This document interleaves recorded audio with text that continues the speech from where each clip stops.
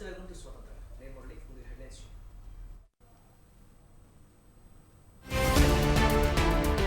మరో 2 వారాల్లో ఎన్నికల కురుక్షేత్రం. కౌరవ సైన్యాన్ని ప్రజలు నమ్మొద్దన్న జగన్.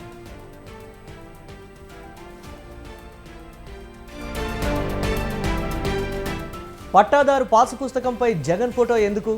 మళ్లీ వైసీపీ వస్తే భూములన్నీ అమ్మేస్తారన్న చంద్రబాబు.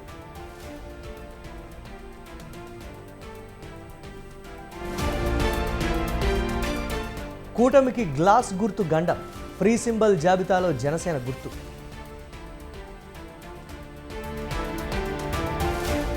తెలంగాణను అప్పుల పాలు చేసింది కేసీఆర్. రాష్ట్రంలో కరెంటు కోతలే లేవన్న భట్టి.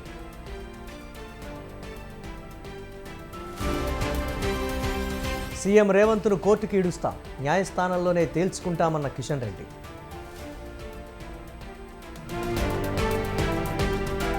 ఫోన్ ట్యాపింగ్ కేసులో రాధాకిషన్ రావుకు మరో షాక్.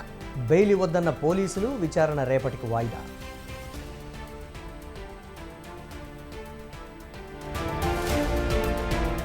మత రిజర్వేషన్ల కోసం కాంగ్రెస్ ప్రయత్నిస్తోంది. బీసీల హక్కులను లాక్కునే కుట్ర చేస్తున్నారన్న మోదీ.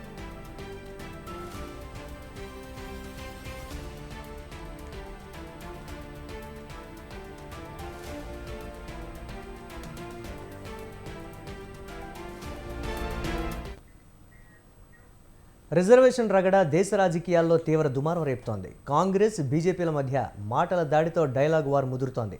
కేంద్ర మంత్రి అమిత్ షా ఫేక్ వీడియోతో ఈ వ్యవహారం మరింత పొలిటికల్ హీట్ పెంచింది.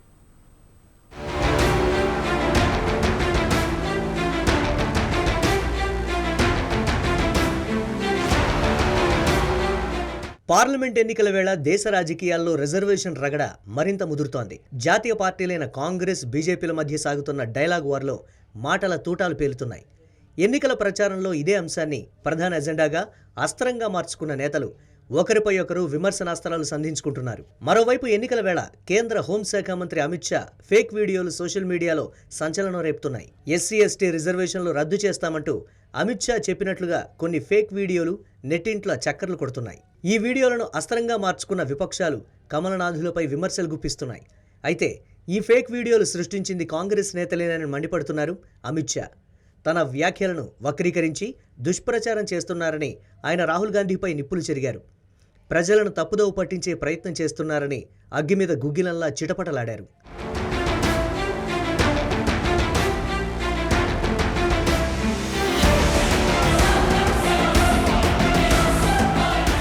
తెలంగాణలో ఎన్నికల ప్రచారానికి వచ్చిన అమిత్ షా రిజర్వేషన్ అంశంపై ప్రసంగించారు. తాము అధికారంలోకి రాగానే తెలంగాణలో ముస్లిం రిజర్వేషన్లను తొలగిస్తామని, అవి రాజ్యాంగ విరుద్ధమని అమిత్ షా వ్యాఖ్యానించిన వీడియోను వక్రీకరించి అందులో ముస్లిం అనే చోట ఓబీసీ, ఎస్సీ, ఎస్టీ అనే పదాలు వచ్చేలా ఎడిట్ చేశారని, ఇది కాంగ్రెస్ పనేనని ఆరోపిస్తోంది బీజేపీ. ఇక అమిత్ షా ఫేక్ వీడియోపై కేంద్ర హోంశాఖ సీరియస్ అయింది. వీడియో ఎలా ప్రచారం జరిగిందనే దానిపై ఫోకస్ పెట్టిన ఢిల్లీ పోలీసులు కేసు నమోదు చేసి దర్యాప్తు ముమ్మరం చేశారు. ఆ వీడియోను తయారు చేసి వ్యాపింపజేసిన వారిపై చర్యలు తీసుకునే పనిలో పడ్డారు. అయితే ఈ ఫేక్ వీడియోను ఈ నెల 28 ఆదివారం రోజు జార్ఖండ్ కాంగ్రెస్ పార్టీ ట్విట్టర్ హ్యాండిల్లో పోస్ట్ చేసినట్లుగా గుర్తించినట్లు తెలిపిన పోలీసు అధికారులు వివిధ రాష్ట్రాల కాంగ్రెస్ సోషల్ మీడియా అకౌంట్లలోనూ ఇది సర్క్యులేట్ అవుతోందన్నారు.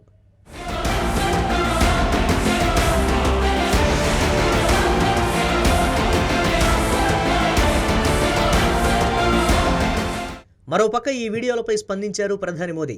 విపక్షాలపై విరుచుకుపడిన పీఎం ఫేక్ వీడియోలు సృష్టించే వాళ్లకు తగిన గుణపాఠం చెబుతామని స్ట్రాంగ్ వార్నింగ్ ఇచ్చారు. చట్టపరమైన చర్యలు తప్పవని హెచ్చరించారు.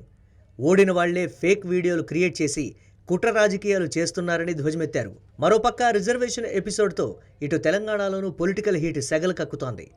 కాంగ్రెస్, బీజేపీ నేతల మధ్య మాటల దాడి కొనసాగుతూ ఉండగానే అమిత్ షా ఫేక్ వీడియోపై పలువురు కాంగ్రెస్ నేతలకు సమన్లు జారీ చేశారు ఢిల్లీ పోలీసులు. సీఎం రేవంత్ రెడ్డితో పాటు డీజీపీ, సీఎస్లకు కూడా నోటీసులు ఇచ్చారు.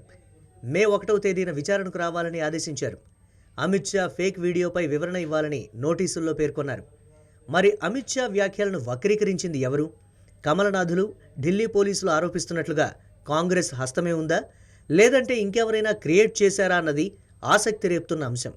మరోవైపు ఢిల్లీ పోలీసుల ఆదేశాల ప్రకారం సీఎం రేవంత్ మే 1న విచారణకు హాజరవుతున్నారా లేదా అన్నది ప్రస్తుతం హాట్ టాపిక్గా మారింది.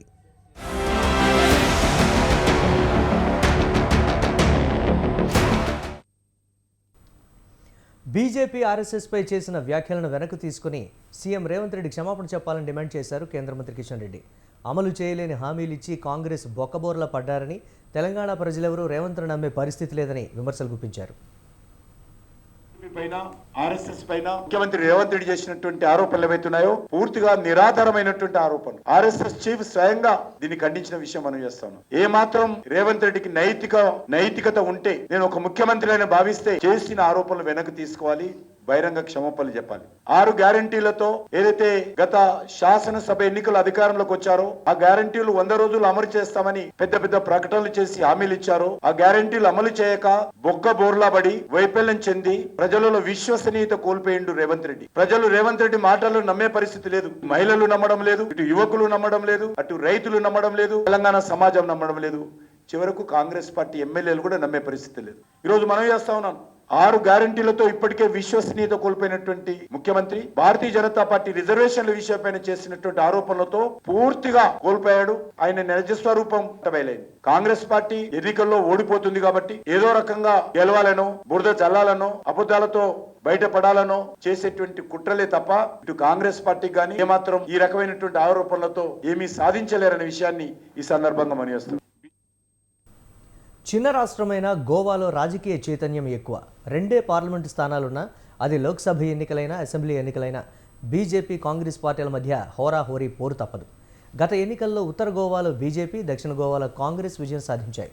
ఈసారి 2 స్థానాల్లోనూ ఈ 2 పార్టీలే ప్రధానంగా ఢీకొంటున్నాయి.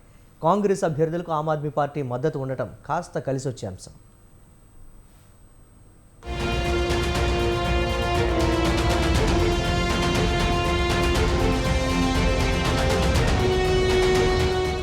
ప్రకృతి అందాలతో కనువిందు చేసే గోవాలో 2 పార్లమెంట్ నియోజకవర్గాలకు మే 7న 3 విడతలో ఒకే రోజు పోలింగ్ జరుగుతుంది. గోవాలో 2009లో కాంగ్రెస్, బీజేపీ చెరో సీటు గెలుచుకున్నాయి. 2014లో మోదీ ప్రపంచంలో 2 స్థానాలను బీజేపీ కైవసం చేసుకుంది. 2019లో మళ్లీ కాంగ్రెస్, బీజేపీ చెరో సీటు గెలుచుకున్నాయి.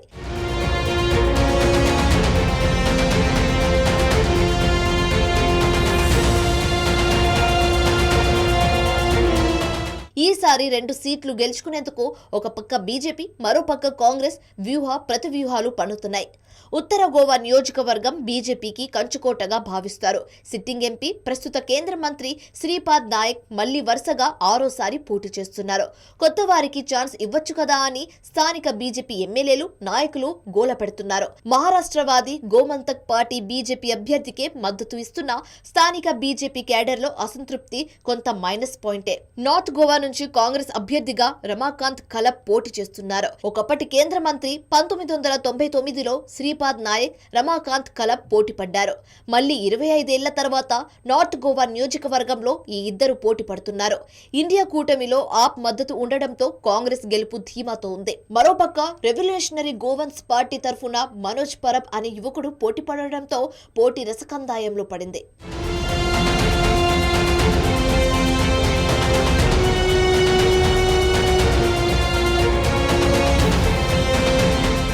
సౌత్ గోవా సాంప్రదాయంగా కాంగ్రెస్ కు అడ్డా. ఆ పార్టీ సిట్టింగ్ ఎంపీని కాక కొత్త యువకుడికి అవకాశం ఇచ్చింది. బీజేపీ కూడా పారిశ్రామిక కుటుంబానికి చెందిన పల్లవి డెంపో అనే యువతికి ఛాన్స్ ఇచ్చింది. దీంతో గోవా యువత ఉత్సాహంగా ప్రచారంలో పాల్గొంటున్నారు. పల్లవి డెంపోకు పోటీగా కాంగ్రెస్ నుంచి భారత నౌకాదళంలో కెప్టెన్ గా పనిచేసి రిటైర్ అయిన ఫెర్నాండెస్ గోదాలో దిగారు. ప్రచారంలో ఇద్దరు అభ్యర్థులు పోటాపోటీగా ఉత్సాహంగా దూసుకెళ్తున్నారు. ప్రధాని మోదీ పట్ల ప్రజల్లో ఉన్న ఆదరణ తనకు కలిసి వస్తాయని ధీమాతో బీజేపీ అభ్యర్థి ఉన్నారు. ఆమ్ ఆద్మీ పార్టీ మద్దతు కూడా కాంగ్రెస్ అభ్యర్థికే ఉంది. కాంగ్రెస్ మేనిఫెస్టో గ్యారంటీలతో ప్రచారాన్ని దుమ్మురేపుతున్నారు ఫెర్నాండెస్.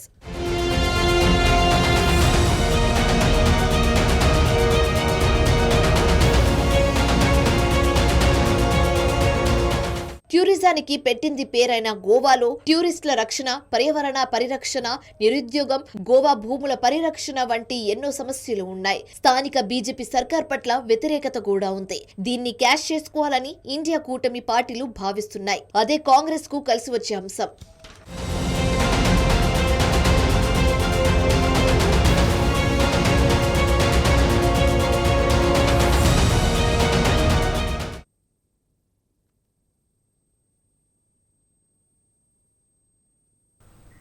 ఉమ్మడి వరంగల్ జిల్లాకు పార్లమెంటులో హేమాహేమీలు ప్రాతినిధ్యం వహించిన చరిత్ర ఉంది. వరంగల్, మహబూబాబాద్తో పాటు రద్దయిన హన్మకొండ లోక్సభ స్థానాల నుంచి ఎన్నికై పార్లమెంట్లో అడుగుపెట్టిన ఉద్దండులైన నాయకులు కేంద్ర మంత్రులుగా తమ సత్తా చాటారు. తెలుగు రాష్ట్రాల నుంచి ప్రధాని అయిన పివి నరసింహారావు ఈ జిల్లాకు చెందినవారే. పివి ఎందరో కీలక మంత్రులు, ఓరుగల్లు ఖ్యాతిని యావత్ దేశానికి చాటారు. వీరిపై స్వతంత్ర టీవీ ప్రత్యేక కథనం.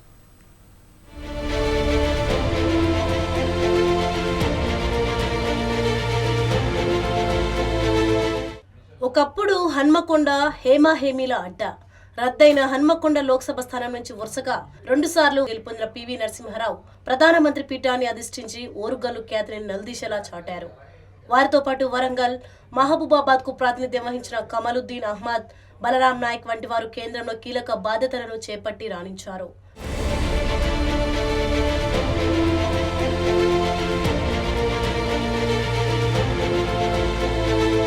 వరంగల్ జిల్లా వంగరలో జన్మించిన పివి నరసింహారావు 1977లో ఎన్నికై మొదటిసారి పార్లమెంట్లో అడుగుపెట్టారు. కాంగ్రెస్ పక్షాన పోటీ చేసిన ఆయన అభ్యర్థి పి జనార్దన్ రెడ్డిపై 77,683 ఓట్ల మెజార్టీతో గెలుపొందారు. ఆ తర్వాత ఇదే నియోజకవర్గం నుంచి 1980లో మరోసారి కాంగ్రెస్ ఐ అభ్యర్థిగా పోటీ చేసి కాంగ్రెస్ యు నుంచి బరిలో నిలిచిన ఇదే ప్రత్యర్థి పి జనార్దన్ రెడ్డిపై 2 మెజార్టీతో అంటే 1,62,949 ఓట్లతో విజయం సాధించారు. 1977లో హన్మకొండ నుంచి ఎంపీగా గెలిచిన PV parliament public accounts committee chairman గా బాధ్యతలు నిర్వహించారు. 1980 ఎన్నికల్లో ఇదే నియోజకవర్గం నుంచి రెండోసారి గెలిచి తర్వాత విదేశాంగ మంత్రిగా, కేంద్ర హోంశాఖ మంత్రిగా పదవులు నిర్వహించారు. అయితే 1984 ఎన్నికల్లో ఓటమి చూడాల్సి వచ్చింది. దేశమంతా కాంగ్రెస్ గెలిచిన ఇక్కడ మాత్రం బీజేపీ అభ్యర్థి సి జంగారెడ్డి చేతిలో ఆయన ఓటమి పాలయ్యారు. దేశవ్యాప్తంగా 2 స్థానాల్లో బీజేపీ గెలుపొందింది. లక్నోలో వాజ్పేయి, వరంగల్ పార్లమెంట్ అభ్యర్థి చందుపట్ల జంగారెడ్డి గెలుపొందారు. ఈ ఓటమితో రాజకీయంగా పివి ఓరుగల్లుకు దూరమయ్యారు.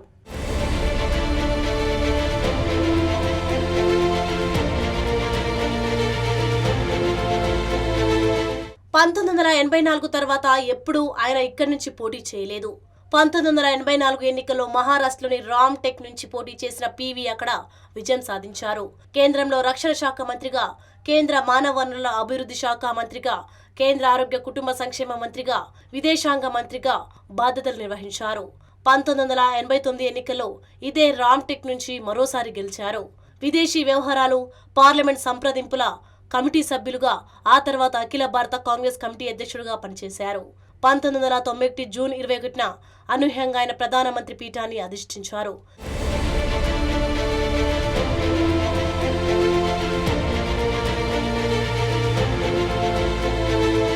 వరంగల్ నుంచి పార్లమెంట్లో రాణించిన మరో నేత కమాలుద్దీన్ అహ్మద్. హన్మకొండ లోక్సభ స్థానం నుంచి వరుసగా 3 సార్లు గెలిచి రికార్డు సృష్టించారు. కమలుద్దీన్ అహ్మద్ 1980 ఎన్నికల్లో వరంగల్ ఎంపీ స్థానం నుంచి 3సారి ఎన్నికయ్యారు. 1989, 1991, 1996 ఎన్నికల్లో హన్మకొండ లోక్సభ స్థానం నుంచి వరుసగా గెలుపొందిన ఆయన 1991 నుంచి 1994 వరకు కేంద్ర పౌర సరఫరాల సహాయ మంత్రిగా, కేంద్ర వాణిజ్య శాఖ మంత్రిగా పనిచేశారు. ఆ తర్వాత ఆయన కాంగ్రెస్ వదిలి బీజేపీలో చేరారు. 2003-2004 మధ్య ఏడాది పాటు సౌదీ అరేబియా భారత రాయబారిగా పనిచేశారు.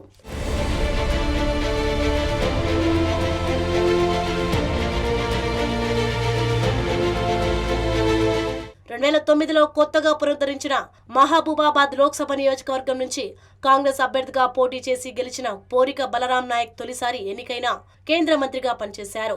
2012 అక్టోబర్లో మన్మోహన్ సింగ్ ను మంత్రివర్గంలో కేంద్ర సహాయ మంత్రిగా బాధ్యతలు నిర్వహించారు. తర్వాత మళ్లీ ఇప్పటి వరకు కూడా వరంగల్ ఉమ్మడి జిల్లా నుండి ఎవరూ కూడా మంత్రి కాలేదు. మరి ఈసారి వరంగల్ జిల్లా అభ్యర్థి కేంద్రంలో మంత్రి పదవి చేపడతారేమో చూడాలి.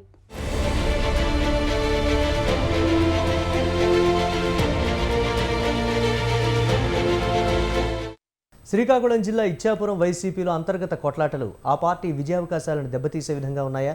టీడీపీకి కంచుకోటగా భావించే ఇచ్చాపురంలో ఈసారి వైసీపీ పరిస్థితి ఏంటి?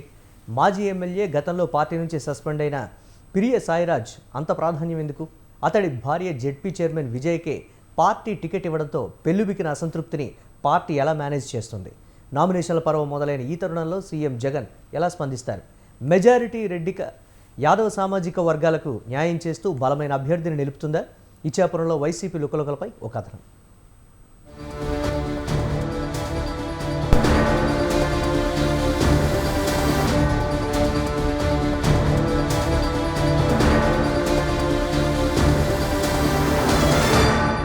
2009లో టీడీపీ తరఫున ఎమ్మెల్యేగా గెలిచాడు పిరియా సాయిరాజ్. 4 సంవత్సరాలు తిరగకుండా వైసీపీలో చేరిక. 2014లో వైసీపీ ఎమ్మెల్యే టికెట్ నిరాకరించడంతో జగన్పై తిరుగుబాటు వేసి సస్పెండ్ అయ్యారు. మళ్లీ వైసీపీలో చేరి 2019లో ఎమ్మెల్యే టికెట్ సాధించి టీడీపీ అభ్యర్థి బెందాలం అశోక్ చేతిలో ఓటమి పాలైన ఇప్పటి వరకు రాజకీయాల్లో చక్రం తిప్పుతూ భార్యకు టికెట్ ఇప్పించుకున్నాడు. సాయిరాజ్ సతీమణి ప్రస్తుత జెడ్పీ చైర్మన్ పిరయ్య విజయను ఎమ్మెల్యే అభ్యర్థిగా వైసీపీ ప్రకటించింది. దీంతో తీవ్ర వ్యతిరేకత వ్యక్తమవుతుంది. ఈ నేపథ్యంలో వైసీపీ నాయకత్వం అభ్యర్థిని మారుస్తుందా అన్నది సస్పెన్స్.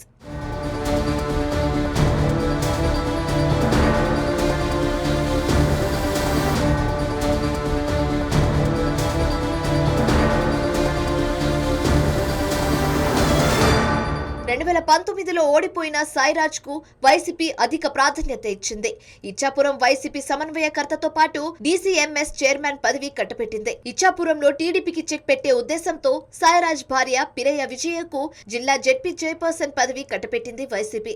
5 సంవత్సరాలుగా సాయిరాజ్ పార్టీ బలోపేతానికి ఎటువంటి చర్యలు తీసుకోకపోగా చాలా ప్రాధాన్యం ఇవ్వడంపై వైసీపీ నాయకులంతా అధిష్టానానికి ఫిర్యాదు చేశారు. దీంతో అధిష్టానం ఆలోచనలో పడిందట. అయినా సాయిరాజ్ అధిష్టానాన్ని ఎలా మేనేజ్ చేస్తాడో కానీ అనూహ్యంగా సాయిరాజ్ సతీమణి ప్రస్తుత జెడ్పీ చైర్మన్ పిరయ్య విజయను ఎమ్మెల్యే అభ్యర్థిగా వైసీపీ ప్రకటించింది. దీంతో మొదటి నుంచి సాయిరాజ్ పై అసంతృప్తితో ఉన్న నాయకులు, కార్యకర్తలు మరింత ఆగ్రహం వ్యక్తం చేస్తున్నారు.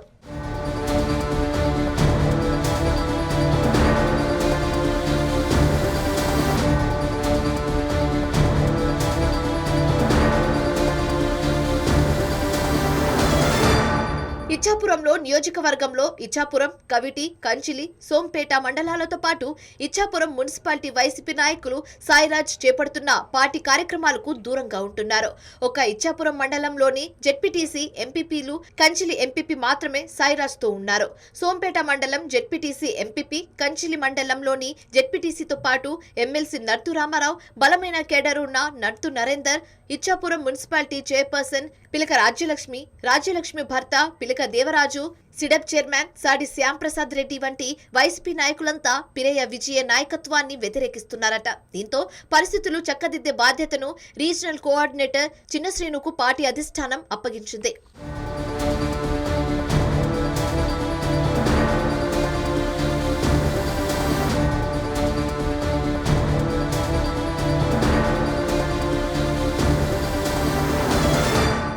సాయిరాజుపై ఆగ్రహంతో ఉన్న మున్సిపాలిటీ చైర్పర్సన్ తో పాటు మిగతా వైసీపీ నాయకులు రీజనల్ కోఆర్డినేటర్ చిన్న శ్రీను వద్ద బాహటంగానే పిరయ్య విజయ్ పై అసంతృప్తి వ్యక్తం చేశారు. టీడీపీని ఢీకొట్టాలంటే బలమైన రెడ్డిగా యాదవ్ సామాజిక వర్గం నుండి ఎమ్మెల్యే అభ్యర్థిని ఎంపిక చేయాలని కోరారు. అప్పుడే టీడీపీ అభ్యర్థి బెందాల అశోక్ ని ఓడించవచ్చని పలువురు నాయకులు చిన్ని శ్రీనుకు తెలియజేశారు. ఒక పక్క సాయిరాజ్ ను తప్పించాలని కోరుకుంటూనే సాయిరాజ్ సతీమణి జెడ్పీ చైర్మన్ విజయకు మళ్లీ ఎమ్మెల్యే సీట్ ఇవ్వడం ఏంటని అధిష్టానానికి ప్రశ్నిస్తున్నారు. సాయిరాజ్ తండ్రి పిరయ్య రాజారావు నియోజకవర్గంలో షాడోగా వ్యవహరిస్తూ కార్యకర్తలకు, నాయకులకు తీవ్ర ఇబ్బందులు పెడుతున్నారని కూడా ఫిర్యాదు చేశారు.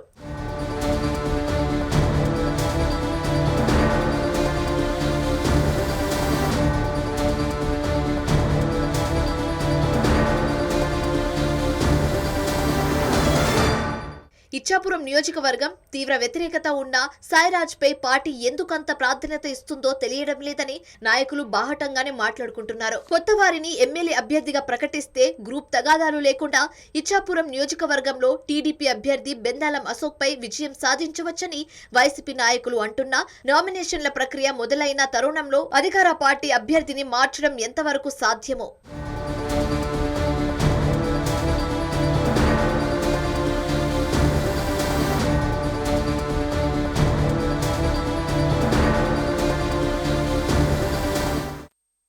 తెలంగాణలో పార్లమెంట్ ఎన్నికల జాతర జోరుగా సాగుతోంది. విమర్శలు, ప్రతివిమర్శలతో ఇప్పటికే అధికార, విపక్ష పార్టీల మధ్య మాటల తూటాలు పేలుతున్నాయి.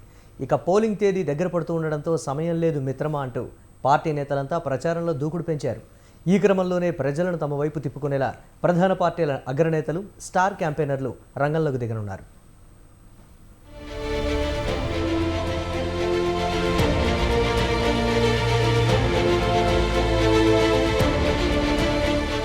తెలంగాణలో ఎన్నికల కోలాహలం నెలకొంది.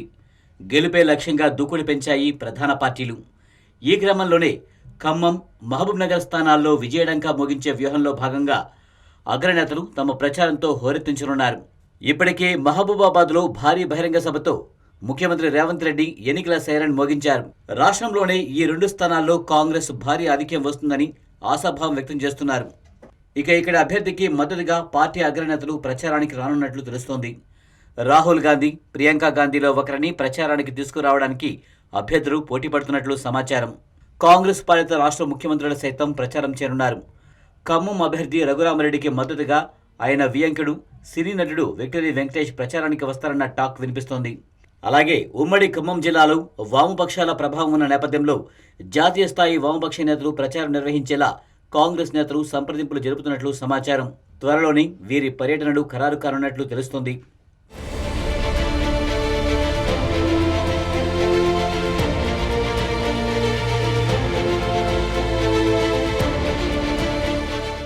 ఇక బీఆర్ఎస్ అభ్యర్థులు నామా నాగేశ్వరరావు, మాలోతి కవితకు మద్దతుగా పార్టీ అధినేత సీఎం కేసీఆర్ ప్రచారం నిర్వహించనున్నారు. ఇందుకోసం ఈ నెల 29, 30 తేదీల్లో ఖమ్మం, తల్లాడ, కొత్తగూడెంలో రోడ్ షోలు, కార్నర్ మీటింగ్లలో పాల్గొననున్నారు. మహబూబాబాద్ జిల్లాలో సైతం ప్రచారం చేయనున్నారు. సాయంత్రం పూట రోడ్ షోలు, కార్నర్ సమావేశాలు నిర్వహిస్తారు. ఉదయం పూట ఆయన లోక్సభ స్థానాల పరిధిలోని శాసనసభ నియోజకవర్గాల వారీగా సమీక్షలు జరపనున్నారు. ఈ క్రమంలోనే కేసీఆర్ పర్యటనకు ముందే నియోజకవర్గాల వారీగా సమన్వయ కమిటీలను పార్టీ నియమించనుంది. ఈ కమిటీలతో కేసీఆర్ సమావేశమై ప్రచార వ్యూహాలపై దిశానిర్దేశనం చేస్తారు. అలాగే పార్టీ కార్యనిర్వాహక అధ్యక్షుడు కేటీఆర్ వివిధ చోట్ల రోడ్ షోలో పాల్గొనే అవకాశాలున్నాయని బీఆర్ఎస్ వర్గాలు భావిస్తున్నాయి. ఇక ఇప్పటికే ఖమ్మంలో నామా నాగేశ్వరరావు తరపున హరీష్ రావు విస్తృత సమావేశం నిర్వహించారు.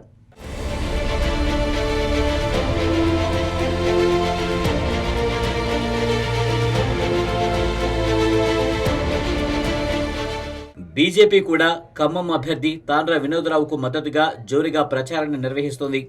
ఇప్పటికే కేంద్ర రక్షణ శాఖ మంత్రి రాజ్నాథ్ సింగ్ రోడ్ షోలో పాల్గొనగా ఈ నెల 29న జేపీ నడ్డా కూడా ప్రచారం చేరున్నారు. ఈ నేపథ్యంలోనే కొత్తగూడెం, మహబూబాబాద్ బహిరంగ సభలో పాల్గొంటారు. ప్రధాని మోదీ సైతం 2 స్థానాల పరిధిలో భారీ బహిరంగ సభకు హాజరయ్యేలా కమలదళం ప్రణాళికలు రచిస్తోంది. పలువురు కేంద్ర మంత్రులు, భారతీయ జనతా పార్టీ పాలిత రాష్ట్రాల ముఖ్యమంత్రులు, పార్టీ రాష్ట్ర అధ్యక్షుడు కిషన్ రెడ్డి సహా పలువురు ముఖ్య నేతలు ప్రచారానికి వచ్చే అవకాశం ఉన్నట్లు తెలుస్తోంది.